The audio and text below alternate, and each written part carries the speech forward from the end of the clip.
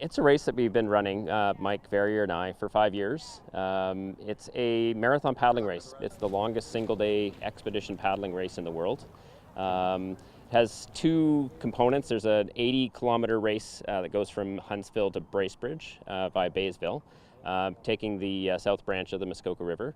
And then the 130-kilometer classic race, which goes all the way to Bracebridge and then returns back up through Port Sydney back to Huntsville. It's been a really fun race, partly because it's the longest race. I think that makes it exciting. And we've been doing this for 5 years, and we've kind of started to gain a bit of a notoriety amongst marathon paddlers. It used to be a very small community, and it's growing. We love paddling together. We do mother-daughter canoe trips, and yeah, so we're doing the 80K. I like that the route, it's sort of like around the place I live, and it's also just really fun to go paddling 80K to see if we can do it. I think it is a unique event in that we have like world-class, like the best marathon paddlers, and Madeline and I, and you know, and but it's a race that both of those extremes can participate in and have a ton of fun. The race actually gives you a motivation to be on the water regularly. So when you're training for a running race, you would train, 3 or 4 times a week. Well,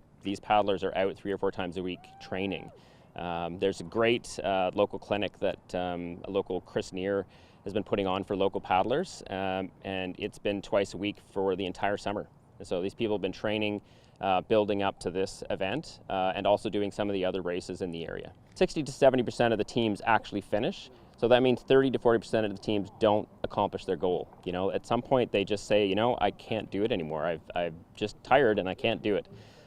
So I think that's an interesting thing, that people go into it knowing that, this might be something we might not be able to do. And it's not many sports that's an actual realization. Usually people do a marathon, they know they're going to finish the marathon. It might just take a really long time. Well, this is a race where you just might not finish.